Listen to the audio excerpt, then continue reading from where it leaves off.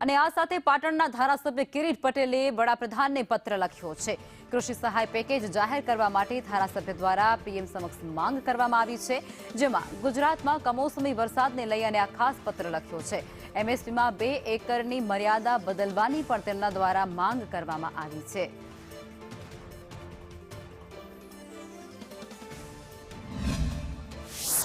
વધુ વરસાદ થયો અને અત્યારે કમોસમી વરસાદ ચાલુ છે, એના લીધે ગુજરાતના ખેડૂતોનો તમામ પ્રકારનો પાક નિષ્ફળ ગયો છે અને લીધે ખેડૂતોની આર્થિક સ્થિતિ ખરાબ બની છે।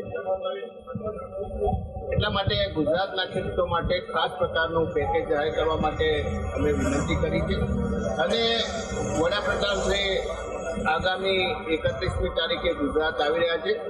જો અમને સમય આપશે તો ગુજરાતના કોંગ્રેસના તમામ ધારાસભ્યો દ્વારા આ બાબતે રૂબરૂ મળીને પણ રજૂઆત કરવામાં આવશે।